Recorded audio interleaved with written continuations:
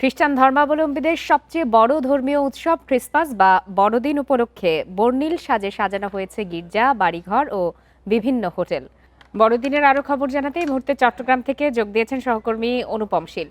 অনুপম, সারা দেশ জুড়েই তো নানা আয়োজনে বড়দিন পালনের প্রস্তুতি নেওয়া হয়েছে। চট্টগ্রামে বড়দিনের কি কি আয়োজন রয়েছে এবং সেখানকার সার্বিক নিরাপত্তা ব্যবস্থায় বা কেমন চোখে পড়ছে আপনার? ইতিমধ্যে বড়দিনের যে ধর্মীয় আনুষ্ঠানিকতা সেটি শুরু হয়েছে। আমরা এখন আছি চট্টগ্রামের পাথরঘাটায় রানী জপমালা পবিত্র ক্যাথিড্রালে এবং এখানে আজকের যে প্রথম যে ধর্মীয় আনুষ্ঠানিকতা অর্থাৎ যে প্রার্থনা সেটি রাত 9:30টায় শুরু হয়েছে। এটি ইংরেজিতে এই প্রার্থনা করা হচ্ছে এবং এখন এটি আমরা যতটুকু এখানে শুনেছি যে 11টা পর্যন্ত এই প্রার্থনা চলবে।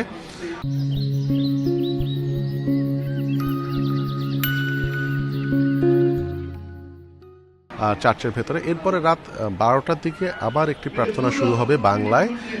সেটি শেষ হতে আরও প্রায় 2 ঘন্টার মতো লাগবে। এছাড়া আগামীকাল সকাল 8:30টায় আবার এখানে প্রার্থনা আছে, সেটি বাংলায় হবে।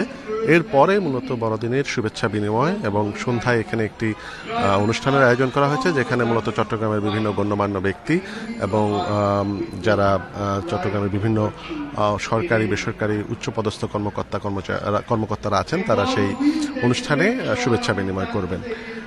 এবার 2025 খ্রিস্টাব্দ এবং সেই হিসাবে এটি খ্রিস্টান ধর্মাবলম্বীদের কাছে জুবলি বর্ষ হিসেবে পরিচিত এবং এটির ধর্মীয় যে গাম্ভীর্য বা ধর্মীয় যে মূল্যবোধ সেটি অন্যান্য বছরের চেয়ে কিছুটা বেশি বলেই তারা আমাদেরকে জানিয়েছেন।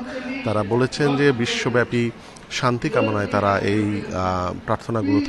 প্রার্থনা থেকে তারা শান্তি কামনায় ঈশ্বরের কাছে প্রার্থনা করছেন। পাশাপাশি বাংলাদেশে শান্তি কামনায় বিশেষ প্রার্থনা হচ্ছে।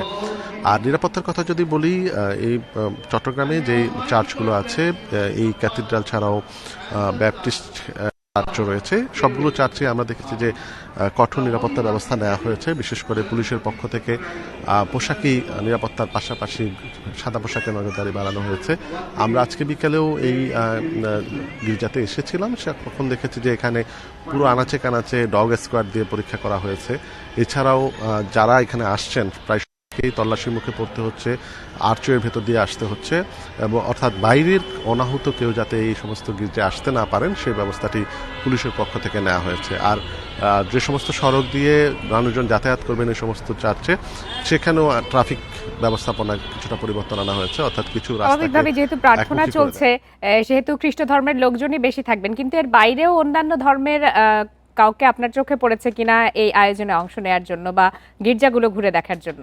এই মুহূর্তে আসলে এই বিষয়টি কিছুটা কম, অর্থাৎ যেহেতু এটি আজকে এখানে কিছুটা নিয়ন্ত্রণও করা হচ্ছে, বিশেষ করে যেহেতু এখানে ধর্মীয় আনুষ্ঠানিকতাই এখন চলছে, সেজন্য প্রবেশের ক্ষেত্রে কিছুটা নিয়ন্ত্রণ নিয়ে আসা হয়েছে। তবে আমরা যেটি অন্যান্য বার দেখেছি যে আগামীকাল দুপুরের পর থেকে, অর্থাৎ আগামীকাল সকালে যে প্রার্থনাটি হবে সেই প্রার্থনার পর থেকে কিন্তু সাধারণ মানুষজন বা যারা আগ্রহী আছেন তাদের জন্য এই চার্চের দরজা খুলে দেওয়া হয় এবং বিকেল নাগাদ আমরা অন্যান্য বছরের যে অভিজ্ঞতা থেকে যেটা দেখেছি যে হাজারো মানুষ পরস্পরের জাতি ধর্ম বর্ণ নির্বিশেষে এখানে আসেন, তারা সমবেত হয়ে পরস্পরের প্রতি শুভেচ্ছা বিনিময় করেন এবং একটি সম্প্রীতির বার্তা আমরা গত সময়ে দেখেছি যে এই চার্চগুলোকে কেন্দ্র করে চট্টগ্রামে অন্তত আমরা দেখেছি যে এই সম্প্রীতির বার্তা বা সম্প্রীতির আদান প্রদান হয়ে থাকে।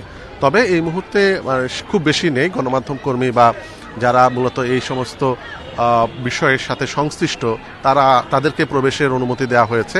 এর বাইরে আসলে খুব একটা এই বাইরের কাউকে বা মানে অনাহুত কাউকে আসলে আজকে এই মুহূর্তে প্রবেশের অনুমতি দেওয়া হয়নি। অনুপম শীল, আপনাকে অনেক ধন্যবাদ।